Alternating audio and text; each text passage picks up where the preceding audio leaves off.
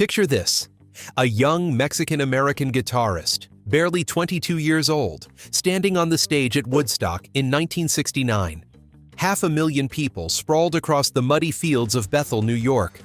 Most of them had never heard of Carlos Santana. But in the space of one electrifying performance, everything changed. The song that would catapult him to rock stardom wasn't even his own composition. But the way he transformed it would create magic that still resonates today. Got a black magic woman. The story begins much earlier, in the dusty streets of Outlan, Jalisco, Mexico, where Carlos Santana was born on July 20, 1947. His father, Jose Santana, was a mariachi musician, and probably largely responsible for Carlos's start as a musician. Santana learned to play the violin at age 5 and the guitar at age 8. Those early years were steeped in the rich tradition of mariachi music, but young Carlos was already showing signs of restlessness with traditional forms. When Carlos was 8 years old, his family moved to Tijuana, a border town that would prove crucial to his musical development. As a teenager, he played in bands in Tijuana, Mexico, where he was exposed not only to the local norteño music, but to blues, especially to guitarists T-Bone Walker and B.B. King. The border city was a melting pot of musical influences, traditional Mexican music mixed with American rock and roll, blues, and jazz, that drifted across from San Diego. Santana was influenced by popular artists of the 1950s, such as B.B. King, T-Bone Walker, Javier Batiz, and John Lee Hooker. Soon after he began playing guitar, he joined local bands along the Tijuana Strip, where he was able to begin developing his own sound. These early gigs in the nightclubs of Tijuana were Carlos's musical university, where he learned to blend the passionate expressiveness of Mexican music with the raw power of American blues. In 1961, when Carlos was 14, his family made the life-changing decision to move to San Francisco. They settled in the Mission District, a predominantly Latino neighborhood that would become the backdrop for one of rock music's most important transformations. In San Francisco, he discovered a thriving cultural scene with a diversity of musical styles, including jazz, blues, international folk music, and classical salsa, by the likes of Tito Puente and Eddie Palmieri. The San Francisco of the early 1960s was unlike anywhere else in America. The city was on the verge of becoming the epicenter of the counterculture movement, and young Carlos found himself surrounded by musical possibilities he had never imagined. The Mission District was alive with Latin rhythms, while across town in the Haight-Ashbury district, a new form of rock music was being born. Carlos threw himself into the city's music scene with the intensity that would later characterize his playing. He formed his first band, the Santana Blues Band, in 1966, playing small clubs and building a following among the city's diverse musical community. The band's sound was already unique, a fusion of Latin percussion, blues guitar, and rock sensibility that had never been heard before. By 1967, the band had evolved into simply Santana, and Carlos had assembled a group of musicians who shared his vision of musical fusion. The group's classic lineup, comprising lead vocalist Greg Rowley, percussionists Jose Chapito Arias and Michael Carabello, drummer Michael Shreve, and bassist David Brown. Each member brought their own musical background to the mix, creating a sound that was both cohesive and revolutionary. Greg Rowley, who had been playing keyboards and singing since his teenage years, brought a rock sensibility to the Latin rhythms.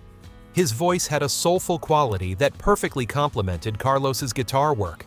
The percussion section, anchored by Jose Chapito Arias and Michael Carabello, provided the authentic Latin foundation that set Santana apart from other rock bands of the era. Michael Shreve was just 19 when he played a superb solo at Woodstock, but his youth belied his musical maturity. His drumming provided the perfect bridge between rock and Latin rhythms, and his solos would become legendary in their own right. David Brown's bass work provided the solid foundation that allowed the other instruments to soar. The band's breakthrough came when they caught the attention of Bill Graham, the legendary concert promoter who had an eye for talent and an ear for the next big thing. Graham became their manager and began booking them into larger venues around the Bay Area. Word of mouth spread quickly about this new band that was doing something completely different with rock music. The call came in July 1969. Santana had been invited to play at the Woodstock Music and Art Fair. For a band that had only released one album, it was an enormous opportunity. They were scheduled to play on Saturday, August 16, 1969, in the late afternoon slot. What happened next would change everything.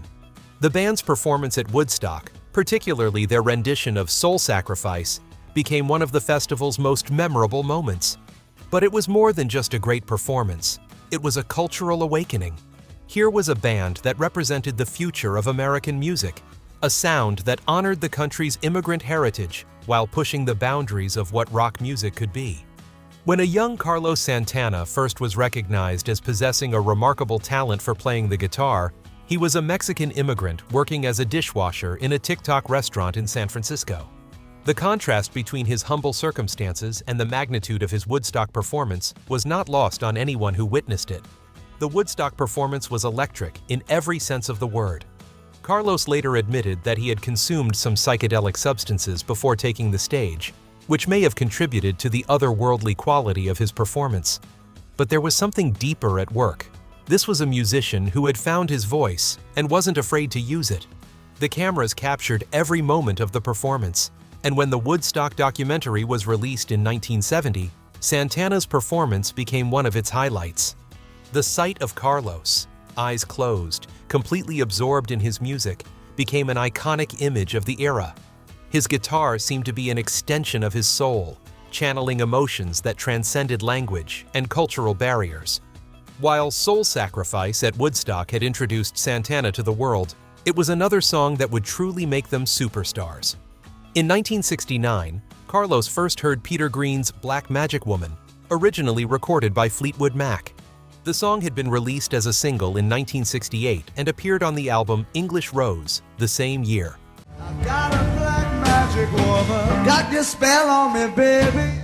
Peter Green's original version was a straightforward blues number, showcasing his guitar skills and Fleetwood Mac's command of the blues tradition.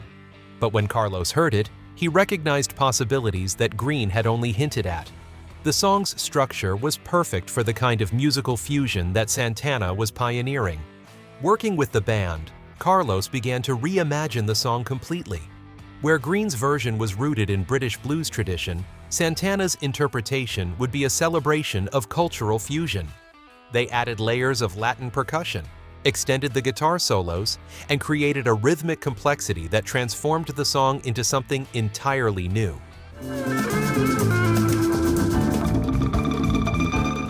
The transformation process wasn't immediate. The band worked on the arrangement for months, experimenting with different approaches, and finding the right balance between the original's blues foundation and their own Latin rock innovations. Greg Rowley's vocals brought a different texture to the piece, his voice carrying both the soulfulness of the blues and the passion of Latin music. In 1970, Santana entered the studio to record their second album, Abraxas. The album would prove to be one of the most important rock albums of the 1970s, and Black Magic Woman would be its centerpiece. The recording sessions took place at Wally Heider Studios in San Francisco, the same studio where artists like Crosby, Stills, Nash & Young, and Jefferson Airplane had recorded some of their most important work. The band's music was a unique blend of Mississippi Delta blues, San Francisco Bay Area rock, Memphis soul, and Latin jazz. This early incarnation of Santana produced 3 classic albums: Santana, 1969, Abraxas, 1970, and Santana III, 1971, which provided some of the first examples of what would later be called world music. The Abraxas sessions were intensive and creative. Carlos was a perfectionist who demanded the best from himself and his bandmates. Each song was crafted with meticulous attention to detail, but Black Magic Woman received special treatment. The band knew they had something special, and they were determined to capture it perfectly. The recording of Black Magic Woman showcased every member of the band at their peak. Carlos's guitar work was both technically impressive and emotionally resonant. His solos built gradually, starting with subtle melodic statements and building to explosive climaxes that seemed to channel something beyond the physical world. Jose Chepito Arias and Michael Carabello's percussion work provided the authentic Latin foundation that made the song so distinctive. Their interplay created a hypnotic groove that was impossible to resist. The congas and timbales added a rhythmic complexity that elevated the song above typical rock fare. You got your spell on me, baby. When Black Magic Woman was released as a single. In 1970, it became an immediate hit. The song reached number 4 on both the US and Canadian charts, making it one of the biggest hits of Santana's career. But more importantly, it established the template for what Latin rock could be. Yes, don't turn your back on me, baby. Stop messing back. The song's success was remarkable for several reasons. First, it proved that American audiences were ready for music that reflected the country's cultural diversity. Second, it showed that a reinterpretation could be as creative and meaningful as an original composition. Third, it demonstrated that fusion music could be both commercially successful and artistically significant. Don't turn your back on me, baby. Turn your back on me, baby. Radio stations across the country embraced the song, and it became a staple of FM rock radio. The song's combination of accessibility and sophistication made it appealing to both casual listeners and serious music fans. It was the kind of song that could make someone stop what they were doing and listen. Got your spell on me, baby. The success of Black Magic Woman also helped establish Carlos Santana as one of rock's great guitar heroes. His playing style was distinctive, melodic rather than purely technical, spiritual rather than simply physical. He could make his guitar weep, scream, and sing, often within the same song. What set him apart from other guitarists of the era was his restraint and his sense of melody. Black Magic Woman didn't just climb the charts, it changed the cultural landscape. The song's success opened doors for other Latin artists and showed that there was a hungry audience for music that crossed cultural boundaries. It proved that authenticity and innovation could coexist, that artists could honor their roots while pushing musical boundaries. The song became a bridge between cultures, introducing mainstream American audiences to Latin rhythms and instruments that had previously been confined to ethnic communities. It helped pave the way for later Latin rock artists and contributed to the growing acceptance of world music in the United States. Rock and jazz fusions, the gentlest norteño lilt, Afro-Cuban beats, daring polyrhythms, and 12-bar blues, a true river of colors all shone in this man's music from the start. His first album, which introduced the hit Evil Ways to the world, stayed on the Billboard charts for 2 years. But it was Black Magic Woman that truly showcased the full range of Santana's musical vision. The song's influence extended beyond music. It became part of the broader cultural conversation about immigration, identity, and the American dream. Here was a Mexican-American artist who had transformed a British blues song into something uniquely American, representing the melting pot that was the United States in the early 1970s. I need you so bad, magic woman, I can't leave you. The success of Black Magic Woman and the Abraxas album established Santana as major players in the rock world, but it also brought new challenges. The band's popularity meant increased touring, more pressure from the record company, and the inevitable tensions that come with success. For more than 4 decades, from Santana's earliest days as a groundbreaking Afro-Latin blues rock fusion outfit in San Francisco, Carlos has been the visionary force behind artistry that transcends musical genres and generational, cultural, and geographical boundaries. But maintaining that vision, while dealing with commercial success, required constant effort. The classic lineup that recorded Black Magic Woman wouldn't last forever. Greg Rowley, the other co-founder of Santana, continued his career through the years. He was a founding member, along with fellow Santana performer Neil Schon of Joni, for which Rowley earned a second induction into the Rock and Roll Hall of Fame. Other members would also move on to successful careers, but the magic they created together in those early years would never be duplicated. The song's enduring popularity meant that it became a cornerstone of Santana's live performances. Every concert would feature Black Magic Woman, and each performance would be slightly different, reflecting Carlos's belief that music should be a living, breathing entity rather than a static reproduction of a recording.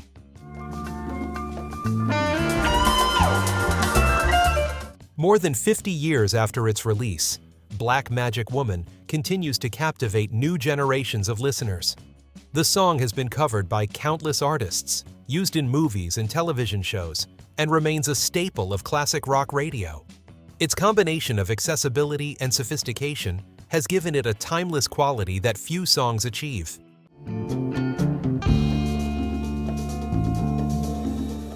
The song's success also paved the way for Santana's later comebacks. When the band experienced a commercial resurgence in the 1990s with albums like Supernatural, they were building on the foundation laid by songs like Black Magic Woman.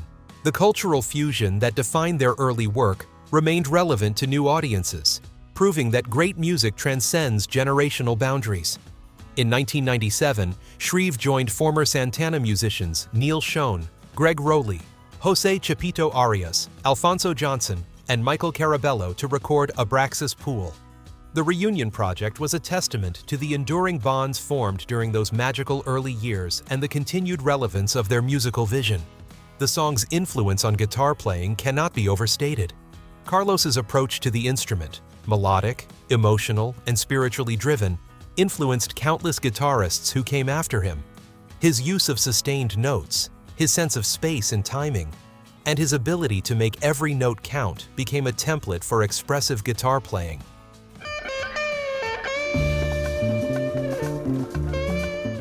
Black Magic Woman was more than just a hit song. It was part of a broader musical revolution that was taking place in the late 1960s and early 1970s. Artists were beginning to explore musical fusion in ways that had never been attempted before, and Santana was at the forefront of this movement. The song helped establish the concept of world music decades before the term became commonly used.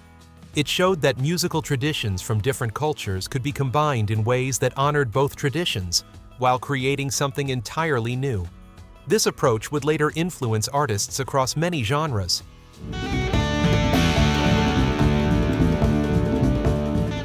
The success of Black Magic Woman also demonstrated the power of reinterpretation.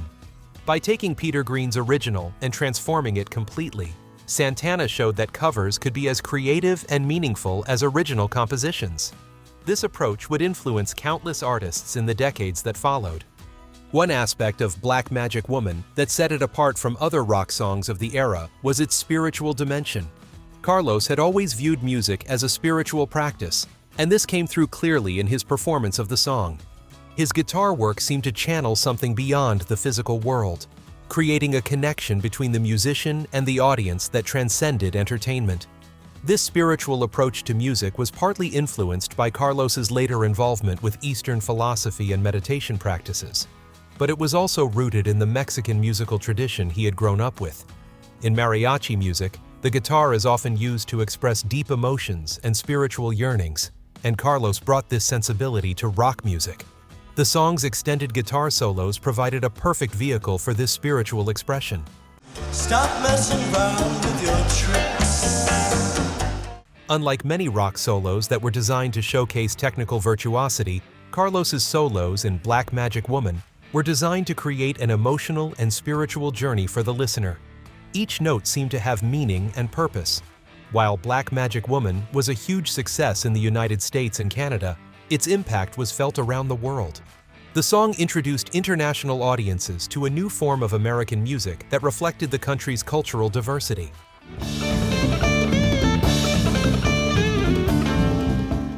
It helped establish the United States as a place where different musical traditions could merge and create something new. The song's success in international markets also helped establish Santana as a global brand. The band's tours became cultural events, introducing audiences around the world to Latin rock and helping to break down cultural barriers through music. The universal appeal of Black Magic Woman lay in its combination of familiar elements, the blues structure, the rock instrumentation, with exotic elements, the Latin percussion, the passionate guitar work. This combination made the song accessible to diverse audiences while maintaining its unique character. From a technical standpoint, Black Magic Woman was groundbreaking in its use of percussion and guitar effects. The interplay between Carlos's guitar and the percussion section created a new template for rock music arrangement. The way the congas and timbales were integrated into the rock format was revolutionary and influenced countless bands that followed. Carlos's use of sustain and feedback was also innovative. His ability to make his guitar sing and sustain notes for extended periods created a new vocabulary for rock guitar playing. His use of these techniques in Black Magic Woman helped establish him as one of the most distinctive guitar voices of his generation. The song's production also broke new ground. The way the various instruments were balanced and the space given to each element of the arrangement created a sonic landscape that was both powerful and nuanced.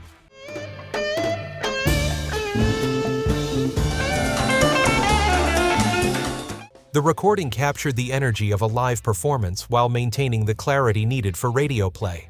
At its core, Black Magic Woman was about transformation. The transformation of a blues song into a Latin rock masterpiece. The transformation of a young Mexican immigrant into a rock legend. And the transformation of American music to reflect the country's cultural diversity. This message of transformation and possibility continues to resonate with audiences today. The song's enduring popularity speaks to its universal themes of passion, longing, and the power of music to transcend cultural boundaries. It remains a testament to the idea that great art can emerge from the fusion of different traditions, and that authenticity and innovation can coexist.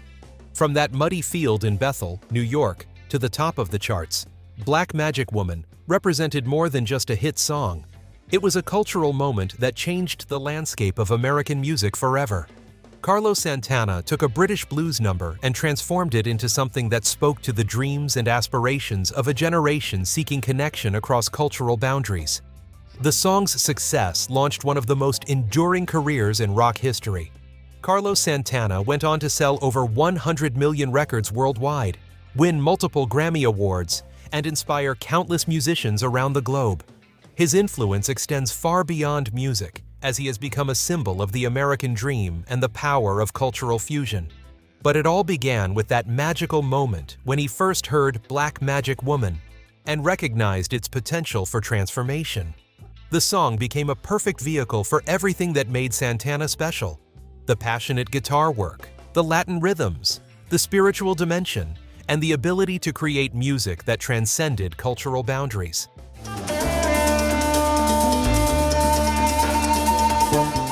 The members of that classic Santana lineup, Greg Rowley, Michael Shreve, Jose Chapito Arias, Michael Carabello, and David Brown, each contributed to the magic that made Black Magic Woman possible.